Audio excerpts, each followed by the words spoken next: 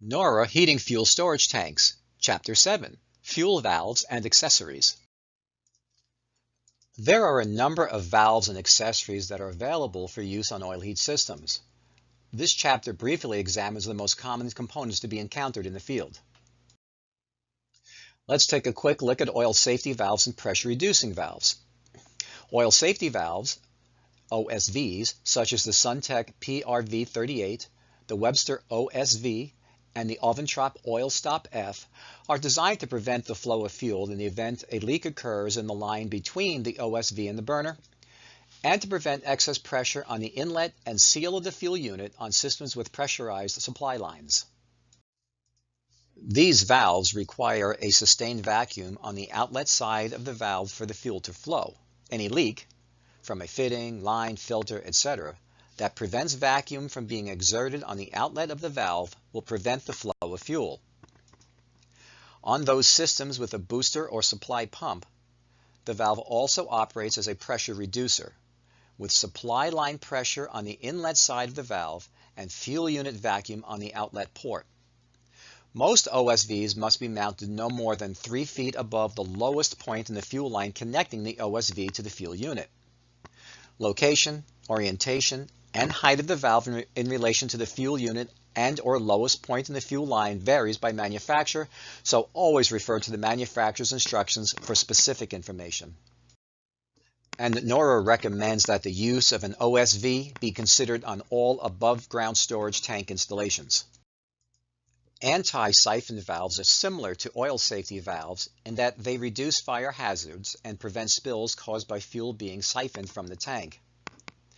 Anti-siphon valves automatically shut off the fuel flow in the event a leak occurs in the fuel line between the anti-siphon valve and the burner. These valves are not designed to reduce pressure on systems with booster pumps. Anti-siphon valves should be considered when an underground storage tank has been replaced with an outdoor above-ground storage tank and the burner is in a deep basement. Check valves are designed to eliminate the reverse flow of fuel in the line and are not normally needed on a properly operating oil heat system. Check valves are often used to compensate for deficiencies in fuel lines, such as suction leaks due to bad, porous, loose, or leaky fittings. They are sometimes installed on jobs where the unit lost prime for a variety of reasons. It was also common practice to install check valves when 2 burners were connected to a single fuel line. In general, check valves should not be needed to maintain a prime pump. The majority of systems operate on gravity flow. For sites that have a lift, the internal check valve of the fuel unit should be sufficient to hold prime unless the lift is excessive. If the fuel unit experiences lost prime, it is typically an indicator of a line leak or a bad pump. Now, there are several disadvantages associated with check valves.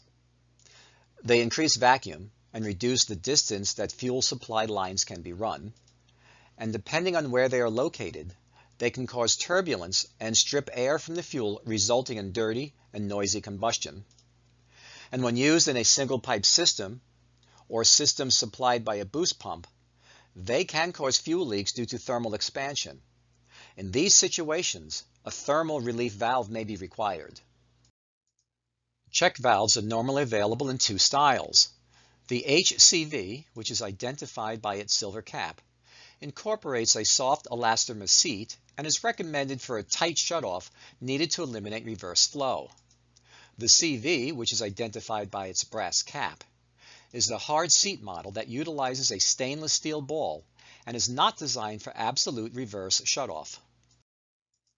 It was a common practice years ago to install foot valves inside buried fuel tanks at the bottom of the suction line. They are designed to assure that pump suction lines remain primed by preventing the flow of fuel back to the tank when the pump is inoperative. They are no longer commonly found in residential tanks because the internal check valve of the fuel unit is generally sufficient to hold the prime and fuel lines. The possible presence of a foot valve is another good reason why CO2 cartridges should never be used to clean clogged lines. Thermal shutoff valves are also referred to as fusible link safety shutoff valves, fusible valves, and the brand Firematic valves. They minimize fire hazard by automatically closing when ambient temperature reaches potentially hazardous levels. They employ a fusible element in the hand wheel that melts at 165 degrees Fahrenheit, closing the valve and preventing the flow of fuel. Fusible valves look like small globe valves and can be operated as a manual shutoff when servicing the system. They are utilized at tanks, filters, fuel units, de-aerators, and where lines from the outside tanks penetrate the building. NFPA 31 requires that fusible valves be installed on all oil heat systems. They are required at the tank outlet, as close as possible to the filter, on the tank side of the filter, and as close as practical to the inlet connection of the burner. Where the filter and the inlet connection to the burner are within 18 inches of each other, only one fusible valve shall be required to be installed on the tank side of the filter. Solenoid valves are sometimes referred to as magnetic valves or delayed oil valves, and there are several types that a service technician is likely to encounter. External solenoid valves are available either with or without a delay feature that prevents fuel from being delivered to the nozzle for a period of time after burner startup. The delay enables cleaner startups by allowing the motor and fan to get fully up to speed before the valve opens and allows fuel to be pumped through the nozzle. On shutdown, these valves close and immediately stop fuel flow to the nozzle, providing a cleaner flame cutoff.